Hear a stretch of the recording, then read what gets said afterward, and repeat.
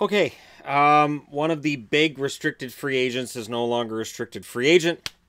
Noah Hanifin gets a deal for 6 years worth $29.7 million. So $4.95 million per year for 6 years.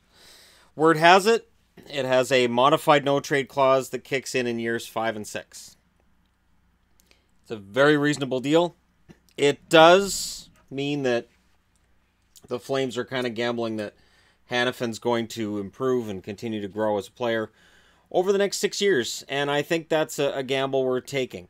The cap hit is, and I haven't looked up the comparable. Let me just take a quick look. I know it's less than Hamilton makes. Yeah, Dougie Hamilton makes $5.75 million until 2021. So it saves you about $800,000.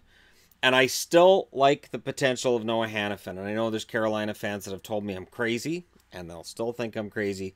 But I still think Noah Hanifin has top 2 potential, and that he could be a huge part of a Calgary Flames team playing better this year and being better this year. And there's expectations that they'll be better this year. They didn't miss the playoffs by a lot, and they were in the playoffs until, about a month left, and then it just sort of fell apart. So if Hanifin and Lindholm can work their magic, and they've yet to work that magic at the NHL level to get a team into the playoffs, but if they can do that, then Hanifin will be worth every dollar of this deal. I think it's a good contract. I think the fact that there's no built-in no-trade clause right away, the fact that it's below $5 million, I mean barely, but it's below $5 million. Odds are he probably wanted north of $5 million.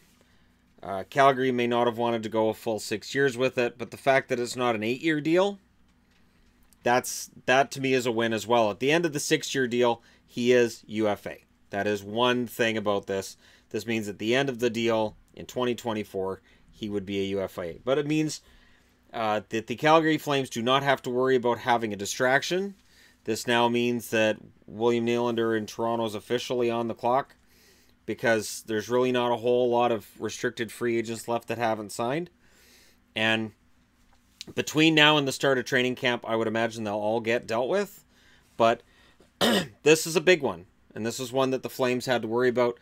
The biggest rumor for why Lindholm and Hanifin were moved to Calgary were their contract demands being completely out of line with what Tom Dundon wanted to pay these guys. So we'll see where things end up for the Flames this year, but Hanifin at 4.95 could look like a bargain as soon as next summer.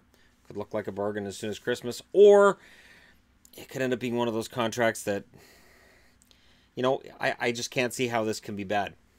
Even if Hanifin doesn't make a lot of improvement off where he is, even if he ends up being a 30-35 point a year defenseman, I still think this is going to be a solid contract. And if it isn't, and if the Flames don't like it and he doesn't like Calgary, it will not be that hard to find somebody to take on a $4.95 million cap hit with somebody this young and has this much potential. So let me know your thoughts in the comment section below.